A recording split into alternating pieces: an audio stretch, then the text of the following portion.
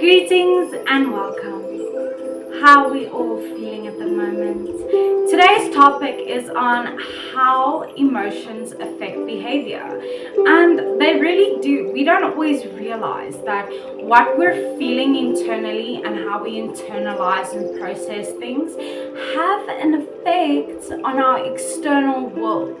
We will have a reaction to what we are thinking, and we will behave in accordance to what we are feeling. And if you are feeling down, if you're feeling sick, you're not feeling okay, you wouldn't go out with friends, you wouldn't go socialize, you wouldn't go to the gym. You understand? So your emotions, what state you're in, how you feeling, how you doing, will affect how you project onto the external world. Everything we feel manifests itself in some way, physically, in a physical way. And we don't always realize that what we're feeling, we're actually projecting onto our external world. We are actually creating a physical manifestation of what we're feeling. And this could be in how we communicate, how we react, the habits we engage in, the string of behaviors that we reinforce on a daily basis. Everything you're feeling will manifest itself physically. Everything you're feeling. Remember, what we focus on, we feel, and we attract more of that in our physical world based on what we are processing in our internal world. Emotions affect the logical part of the brain, and this can cause erratic behavior. When you're so upset, you're so angry, or you're so emotional, you're so sad, you don't think about a solution now. All you can think about is how upset you are. And that's because your emotions are so intense and so severe, they're right up here, that the logical part of your brain is inaccessible. You are unable to operate out of the wise mind, and you are stuck reacting out of the emotional mind because you haven't learned how to manage your emotions yet.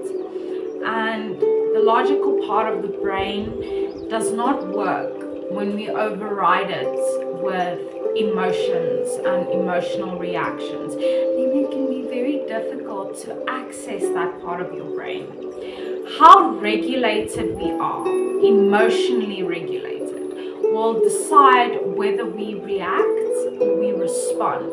How we respond or how we react to external outcomes, situations, or stimuli.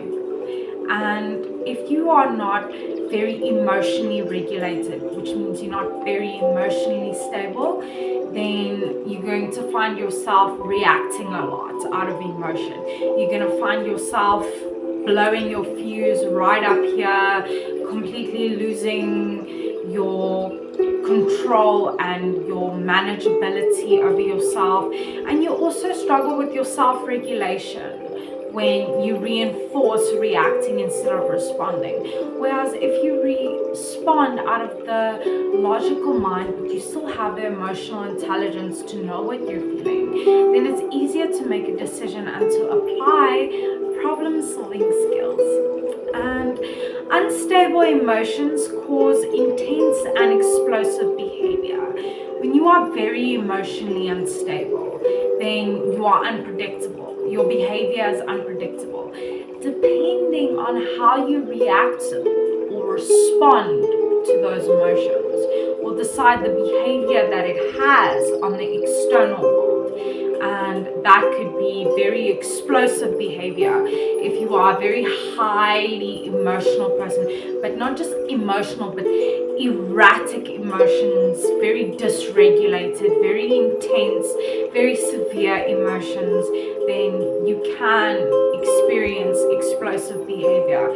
And the behavior can be quite intense as well, and can be quite difficult to diffuse once you reach up here. Constant negative emotions will cause mood issues and emotional fluctuations. When you put yourself in this thought cycle, you create an emotional response, and the more you reinforce a specific emotional response and the emotions that comes with it, you create a mood.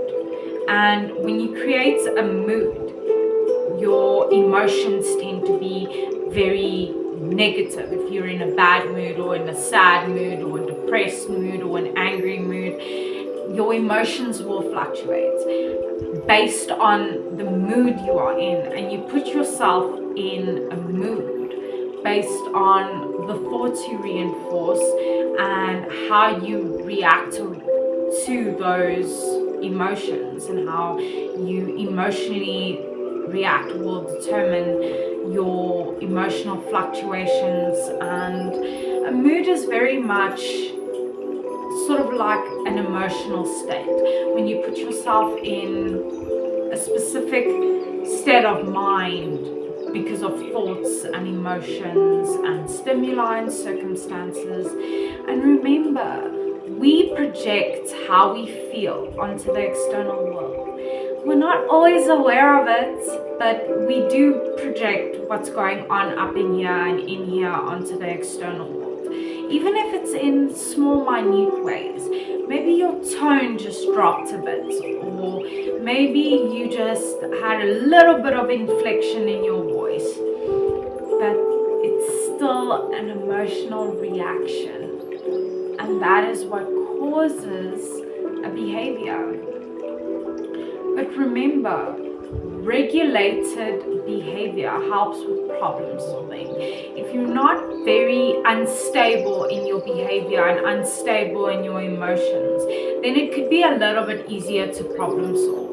When you start regulating the behavior and regulating the emotions, your problem solving will be a little bit more easily accessible to you. You won't have to think as hard or have to calm yourself down first.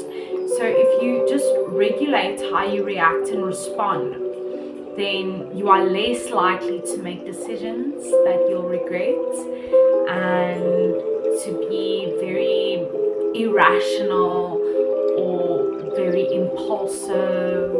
So regulating your behavior means that you're going to be a little bit less impulsive, so you are able to use your wise mind to problem solve. And it's important because we do have emotions, and we have a plethora of emotions, and they manifest themselves in so many wonderful ways. But it's important to expand your emotional intelligence, to understand what you're feeling, to practice empathy, to gain an understanding of what others are feeling, and to gain a better perspective on your model of the world or your map of the world. Expand your emotional intelligence, because we are all emotional beings, and the more compassionate we are, the more empathic we are, the more understanding we are, the less hurt we create. Emotional intelligence is not just important for your relationships, but it's important for your own emotional regulation as well. And how you emotionally respond to your environment and the behavior you create from that will determine your resilience. When you start regulating your emotions better and your behaviors are a little bit less intense, then you'll find yourself being triggered a bit less as well. And you'll find yourself growing stronger and stronger to difficult situations, difficult stimuli. And that brings me to another point. How you feel about your triggers will determine how you respond to them. What we focus on, we feel. What we manifest, we project. And how you internalize your experiences. And that has a huge impact, because if you have a negative emotional response to your triggers, you're going to have a negative behavior. You're going to have a negative response to that, and that will affect how you internalize what's going on around you, your circumstances, your outcomes, your consequences. Remember, how we feel has a lot to do with how we think, how we act, and our habits.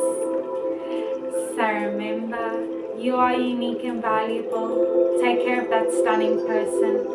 Stay strong wherever you're from. You are worthy.